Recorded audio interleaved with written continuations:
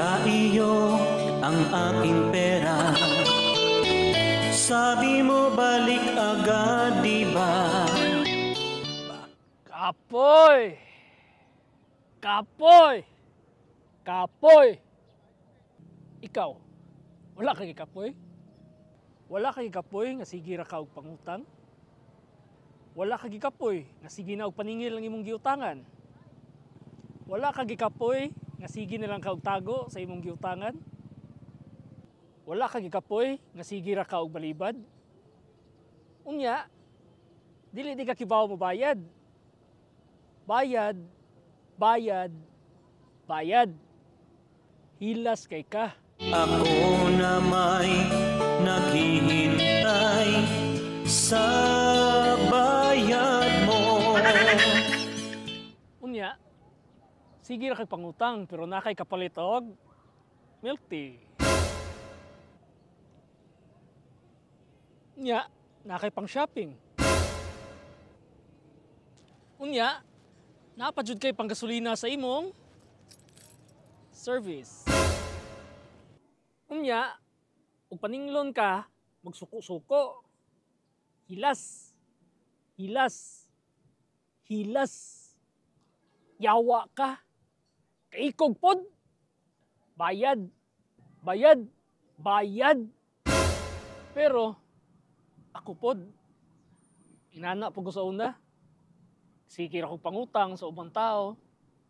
Sige ra kong utang sa akong mga kaila. Pero di po ko kibaw mo bayad. Kay lagi, kapoy. Kapoy. Kapoy na og bayad. Unya, lami pod mangutang sa buntag. Lami pod mangutang sa udto.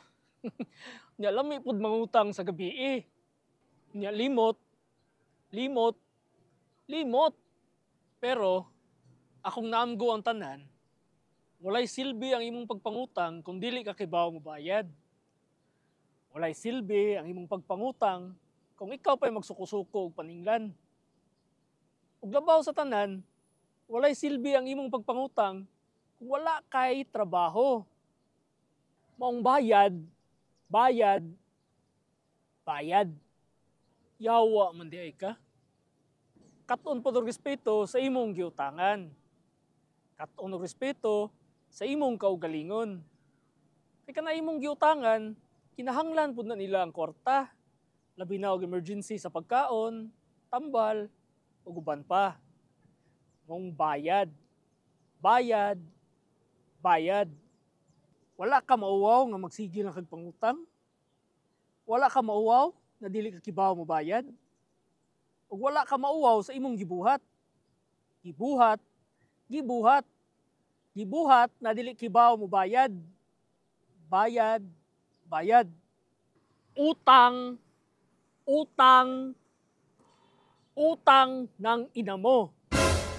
Pero, dili na tumalikay ng pagpangutang kay para na kay makaon, na kay emergency, o para sa imong gihigugma. Diba, sakto? Sakto. Walay sayop sa pagpangutang, basta kibaw lang ka mo bayad. Ano ang gagawin sa utang mo sa akin?